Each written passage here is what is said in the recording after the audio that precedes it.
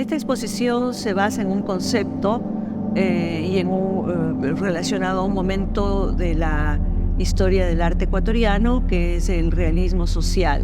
Sí, el realismo social tiene un momento culminante en la década de los 30 y 40 del siglo XX, pero en la exposición hemos querido darle un arco temporal más amplio, ¿sí?, para mostrar que esa preocupación por lo social, por los problemas sociales, por la inequidad, por la marginalidad de ciertos sectores de la sociedad ecuatoriana, el maltrato a los trabajadores en los distintos espacios de trabajo, etcétera. Esa preocupación que estaba alimentada por una conciencia política, ¿no?, muy vigente en aquella época en el mundo entero, en el mundo occidental, ¿no?, de la cual participan intelectuales y artistas ecuatorianos.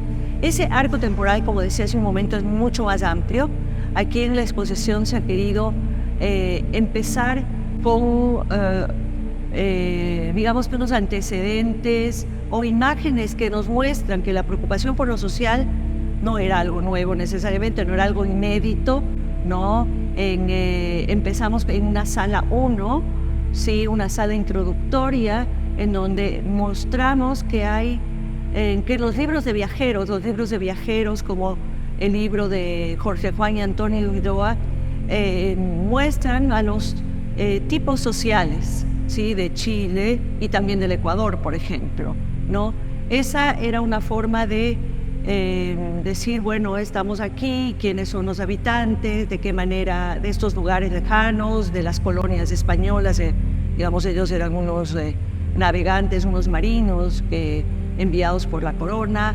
Entonces tenemos ahí una lámina en donde podemos ver una primera representación a mediados del siglo XVIII de la sociedad quiteña, y es un modo de representar que también es muy interesante, porque muestra unas jerarquías, ¿sí?, unas jerarquías que están basadas en clase y raza.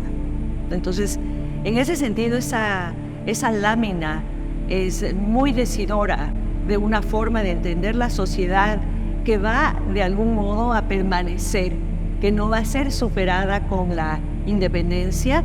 En realidad, nuestra sociedad va a continuar siendo muy segmentada, ¿sí?, muy segregacionista, ¿no? Y es eso un poco lo que vamos a ver en el siglo XX representado. En esa misma sala introductoria hemos puesto otras imágenes que nos muestran la representación de trabajos de oficios como la pintura de Pinto, el Orejas de Palo, que es un aguatero ciego, ¿no?, y sin embargo está haciendo su trabajo, de eso está viviendo, ¿no? Tenemos pinturas donde nos muestran los trabajadores en la construcción del ferrocarril, en las represas hidroeléctricas, en las represas de agua, ¿no? Entonces, el trabajo es un tema en el cual la exposición quiere enfatizar, porque fue un tema que se enfatizó mucho en la pintura de los años 30 y 40. La segunda sala es una sala que hemos dedicado a Camilo Egas, ¿sí? ¿Por qué Camilo Egas? Camilo Egas puede ser considerado como uno de los artistas que introducen la modernidad artística en el Ecuador, o que disparan, que visibilizan un proceso de modernización de las artes, ¿sí?, y de las artes visuales. Camilo Egas había sido, creo que, digamos, lo tomamos como un ejemplo, no es que sea nunca un artista es el representante único, digamos, ¿no?, sino que en realidad está representando algo que está ocurriendo de forma más amplia. Entonces, Camilo Egas es un artista que muy joven niños prácticamente entraban a la Escuela de Bellas Artes. La Escuela de Bellas Artes se había fundado en 1904 y representa a la Escuela de Bellas Artes un proceso de profesionalización de los artistas y de profesionalización de la práctica artística, creo que eso es sumamente importante. A veces las escuelas de bellas artes, las academias de arte, son vistas con algo que es real. Sí, se habían vuelto anquilosadas, eran muy convencionales, pero el lado positivo era, en cambio, que ofrecían un espacio de profesionalización, ¿sí? Entonces, Camilo Egas resulta ser un ejemplo paradigmático de ese proceso, ¿sí? Porque él forma parte de un grupo de estudiantes de la Escuela de Bellas Artes que son enviados a Roma, becados. Esa también era una tradición bastante generalizada, parte de esta formación académica en el mundo entero, ¿no? El viajar a Roma era como que se llegaba a una idea también muy convencional de que el arte tenía un lugar y un tiempo de origen, y ese era Roma, ¿sí? Roma era el lugar en donde se concentraba lo que era el arte. Hoy día, evidentemente, nosotros no tenemos esta idea. El arte es algo muy diverso. El arte se produce en un contexto y hay muchas formas de arte. No existe una, ¿no? Entonces, pero en aquella época había esa visión desde esta visión académica. Entonces, el viaje a Roma resultaba muy importante. A la vuelta, Camilo Egas regresa a vincularse con la Escuela de Bellas Artes y con algo que estaba operando también en la escena artística en Quito, ¿sí? Quito, como capital de la República, digamos, concentraba tal vez también una serie de personas que estaban vinculadas al Ministerio de Instrucción Pública y que van a gestionar no solo el fortalecimiento de la Escuela de Bellas Artes, sino la aparición de otras instituciones, sí, de un sistema artístico. Entre ellas, una exposición anterior al Mariano Aguilera, la Exposición Anual de Bellas Artes. Y Camilo Egas, en la cuarta edición de esta exposición, en 1916, gana el primer premio precisamente con Las Floristas. Esta pintura que le tenemos aquí, a la que le hemos dedicado un espacio muy importante, porque consideramos que es una pintura sumamente interesante en muchos aspectos. Una, porque está demostrando, digamos, al haber ganado ese premio, ¿no?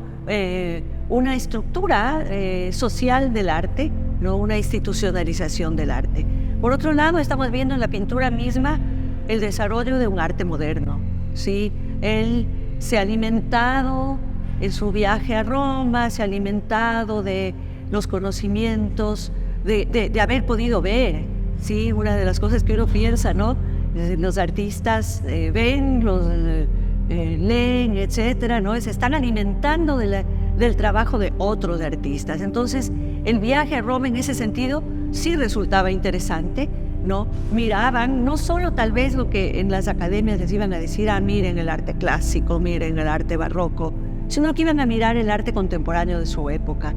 Estas pinturas de Egas reflejan, no son solo las de él, la de muchos de sus contemporáneos, reflejan el conocimiento del arte moderno de inicios del siglo XX, ¿no? En Italia, en España.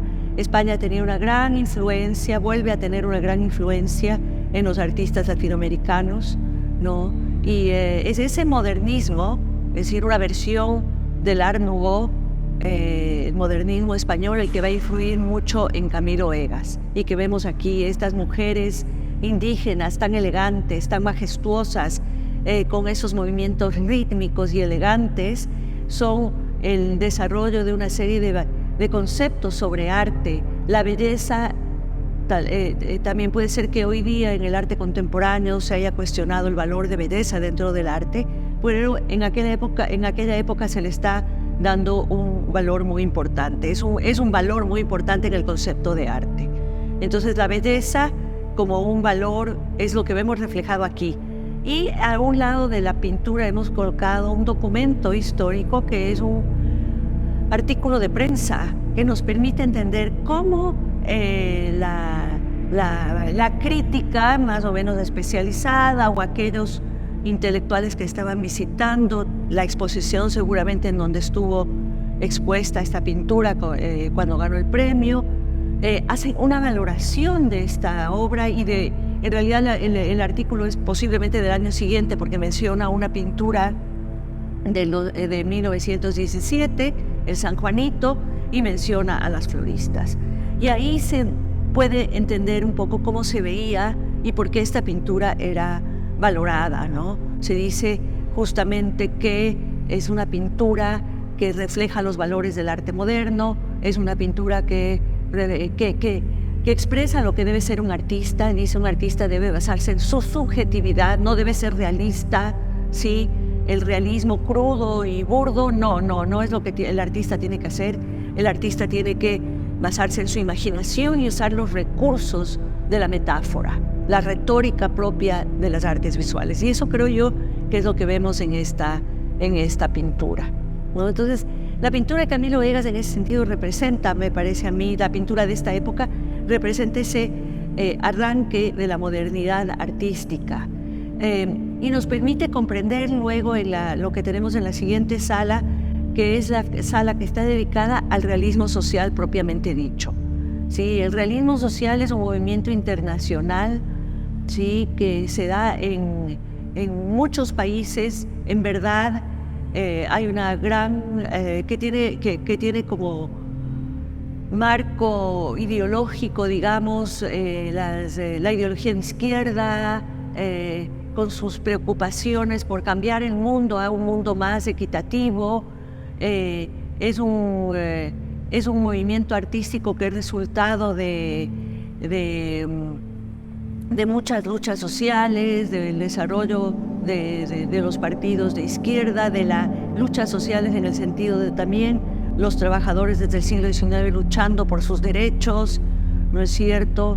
Entonces, el realismo social es un movimiento que va a tener, además, va a ser bastante más diverso de lo que muchas veces se piensa, y eso es un poco lo que hemos querido mostrar en la sala del realismo social.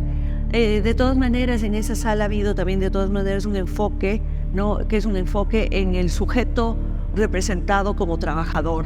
Es la representación de los trabajadores, ¿sí? Entonces son los trabajadores en las haciendas, por ejemplo, que Rendón reconoce cuando él visita las haciendas de su familia en los años, en la década de 1920, ¿no? Y los representa como sujetos no solamente sociales, sino les otorga una humanidad. No son tipos como los que veíamos en la primera sala, no son simplemente tipos sociales. Es un cargador de esteras, es un vendedor de macanas. No, son personas que viven, que sufren, que luchan, ¿no? Los retratos que vemos en esa sala representan efectivamente a ese reconocimiento de parte de los artistas, esa empatía, digamos, ¿no? Creo yo que ese es un valor que vale la pena representar, digamos, resaltar, que se ha querido resaltar en la exposición. Luego vemos pinturas que representan a los trabajadores trabajando, en el esfuerzo de trabajar, ¿sí? Y cómo lo hacen, cómo hacen los pintores de aquella época, cómo resaltan ese esfuerzo del trabajo, pues a través de los cuerpos de los trabajadores, también los instrumentos de trabajo, pero son unos cuerpos masculinos. En el caso de los hombres representados en esas pinturas, son unos cuerpos en donde se resalta la belleza del cuerpo masculino, ¿sí? Es un cuerpo fuerte, vigoroso, viril, ¿no? Y su belleza ha sido formada no digamos, no por otra cosa que por su propio trabajo, ¿sí? Luego tenemos una siguiente sección dentro de esa misma sala, que es el mostrar a los trabajadores no solo como trabajadores, sino que su trabajo también los convierte en activistas, ¿sí? En activistas de sus propios cambios, en sujetos que están actuando para cambiar la realidad establecida. Entonces, por ejemplo, en el cuadro de Guayasamín, Los Trabajadores, que es un magnífico cuadro de su etapa temprana, ¿sí? Vemos a unos trabajadores en el primer plano. No es que están posando, están caminando. No sabemos si están caminando, podríamos decir, están caminando hacia el trabajo, se han detenido por un momento, ¿no es cierto? Y es ese momento el que retrata el pintor, pero también nos vemos casi como guerreros, ¿no? Hay una fuerza ahí en la expresión de sus rostros, en la postura de sus cuerpos, que nos muestra que esos trabajadores están luchando, ¿sí? Y entonces así mismo vemos a la pintura de Kingman, que está a un lado, los trabajadores de la White, ¿no? Están con sus instrumentos de trabajo, con sus palas, con sus picos, pero los vemos caminando con una actitud de rebeldía, ¿no? La última pintura que hemos colocado, bueno, le sigue otra pintura de Guayasamín, que es la huelga o el paro, ¿no? Y vemos ahí también que los trabajadores han participado en la lucha social, ¿no es cierto?, en una protesta, en una huelga, han salido heridos o quién sabe si muertos, ¿no? Pero esa lucha ha tenido, digamos, es necesaria.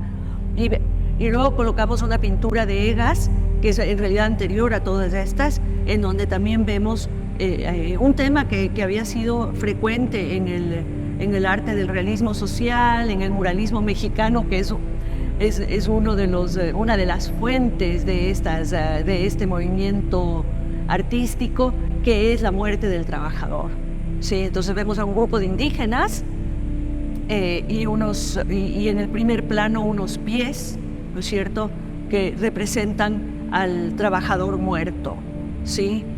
La pintura se llama simplemente Día Laborable, pero es el resultado de un día, no solo de un trabajo duro, sino de un trabajo que lleva a la muerte. Entonces, el cuestionamiento al status quo es lo que está representando a estas obras. Y creo que, retomando un poco lo que acabo de decir, es importante pensar cómo ese lenguaje artístico está alimentado de muchas fuentes. Eso es lo que ocurre en el arte. Los artistas no viven en un vacío. Los artistas están siempre tomando referencias, están siempre dialogando entre sí y dialogando con otros movimientos y otros artistas. Así lo hacen los artistas contemporáneos también, ¿no? Es decir, nadie vive en un vacío. Estos artistas del realismo social tuvieron una gran influencia del muralismo mexicano, ¿sí? El muralismo mexicano fue un movimiento de influencia mundial. Es muy, hoy en día nadie tiene duda de ello, ¿no? Y en el Ecuador, una de las primeras personas en introducir y de explicar el papel del muralismo mexicano fue una de las artistas que está representada en la sala del realismo social, que es Germania Paz y Miño. Tenemos una pintura de ella que se llama Las Lavanderas, y Germania Paz y Miño escribió un texto sobre el realismo sobre el muralismo mexicano, que es un texto muy importante, ¿no?, en la concepción de arte, de un arte político, ¿no?, en los años 30. Luego tenemos una sala en donde hemos colocado una línea de tiempo que nos permite, a través de unas pocas referencias, articular los eventos artísticos y culturales con eventos sociales y políticos, ¿sí? La línea de tiempo a la vez está pensada como un registro gráfico de una riqueza visual impresionante de aquella época, porque estos artistas no solo produjeron pinturas, que es lo que tal vez vemos en las salas, sino que produjeron muchísimo grabado que fue publicado en portadas de libros de sus contemporáneos, en el Huasipungo de Jorge Casa, en El Lagarto Washington de José de la Cuadra, etcétera, en revistas. Es una época de una proliferación de revistas. Hay una gran actividad de publicaciones en revistas y periódicos de diversas asociaciones de intelectuales que tenían distintas posiciones políticas, que buscaban distintos objetivos. La exposición se cierra con un broche de oro que me parece a mí que era como que sumamente importante, y era mostrar de qué manera, o mostrar que estas preocupaciones que tanto inquietaron a los artistas de los 30 y 40 no han decaído. El arte contemporáneo es un arte sumamente político, sí, es un arte implicado con los problemas sociales, y hemos invitado a 3 artistas contemporáneos a exponer en la última sala, ¿sí? Una de ellas es Manuela Rivadeneira. De Manuela Rivadeneira se presenta una obra que se llama Varillas de la Esperanza, y Varillas de la Esperanza es una obra en la que ella, de forma, por un lado literal y por otro lado metafórica, o sea, juega con, que es un poco lo que el arte contemporáneo hace, juega con la cercanía y la distancia a la realidad. Ella se plantea observar primero la realidad social, ¿no es cierto? Observar la degradación de las ciudades, las condiciones de precariedad en la que viven los pobres, ¿no es cierto? Pero también la resiliencia, ¿no? Porque vemos en nuestras ciudades, en las ciudades latinoamericanas, ella dice, bueno, he observado, he viajado por muchas partes y he visto, ¿no?, que lo que para todos nos ha sido evidente, que quedan unas vigas sueltas en los segundos pisos, ¿no?, o terceros pisos, que representan algo que también Manuela decía, no es algo que me estoy inventando yo, estoy recogiendo de la vida cotidiana, ¿no?, que dicen, son las varillas de la esperanza, algún día voy a poder construir ese segundo piso, ¿no? Ya quedan ahí, ya adelantando un poquito el futuro, ¿no? Entonces realmente creo yo que es una postura interesante. Por un lado nos está mostrando la ciudad como una ruina, como degradada, pero a la vez nos está dando, hay una esperanza, hay siempre una esperanza de poder mejorar y de poder tener una mejor vida, ¿no? Por otro lado está la obra de Osvaldo Terreros, Revolución, ¿sí? Y Osvaldo Terreros hace un ejercicio sumamente interesante también en un gran tapiz. Él ha producido varios tapices de este tipo. En este caso él toma le llama a su tapiz Revolución y representa lo que se ve en una fotografía que él encontró, digamos, en una fotografía de archivo, ¿no?, que captura el momento de una manifestación en el año 68. Los indígenas, un grupo de indígenas que cargaban unas pancartas que formaban la palabra revolución. Pero ¿qué es lo que hace Osvaldo Terreros? Él como artista contemporáneo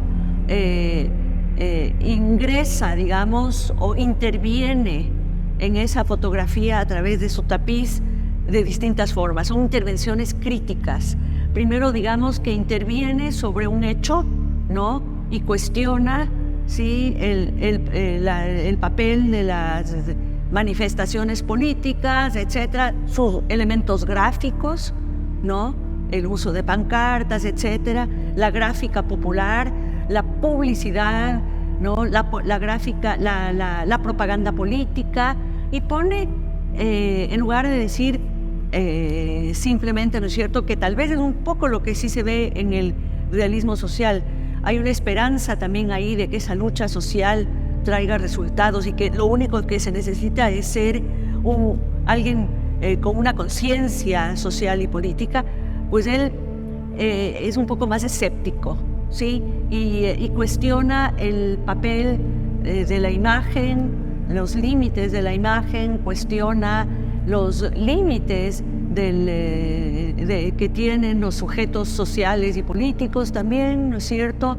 Entonces creo que eso es como bastante interesante en la obra de él. Cuestiona también todos los medios, no solo los medios de la gráfica, digamos, política, sino también los medios de reproducción, por ejemplo, de la cultura popular, la cultura indígena, ¿no? El tapiz es fabricado o producido, digamos, artesanalmente en Otavalo, pero en realidad uno diría es artesanalmente producido, pero en realidad es producido industrialmente por los mismos indígenas otavaleños que mandan a hacer esto acá. Hay ya una masificación de su producción, no hay tal autenticidad como tal vez que es el valor que se está vendiendo cuando se venden esos tapices en el mercado europeo, por ejemplo.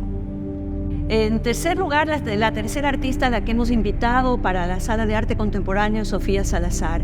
Creo que esto nos marca también un arco temporal amplísimo, porque Sofía Salazar es una artista muy joven, es la artista más joven de esta exposición, ¿sí? Su trabajo vuelve a retomar la preocupación por lo social, ¿sí? Además es un poco, digamos, es una revisión histórica, aunque no sea tan evidente, pero tenemos ese saco, ¿no?, producido industrialmente, con materiales industriales, resinas, etcétera, ¿no?, para reproducir un saco o un quintal de azúcar, digamos, ¿no? Y luego tenemos colgada otra pieza que en cambio quiere representar unas bananas, ¿no es cierto?, unos plátanos, ¿no es cierto?, y es los efectos de la agroindustria, el trabajador, la explotación, el cansancio, el agotamiento, pero nuevamente la posibilidad de recuperarse y de más que de recuperarse, de responder, ¿no es cierto? Y introduce elementos que vienen de la santería. Sofía tiene por lado su paterno es de origen cubano, y ella recupera aquella tradición que ella también ha vivido, ¿no es cierto?, espiritual que ha podido ser transmitida en su familia, ¿no? Esa tradición de la santería, ¿no?, esa protección a través de pequeños objetos, mullos de colores que tienen un significado más allá de lo evidente.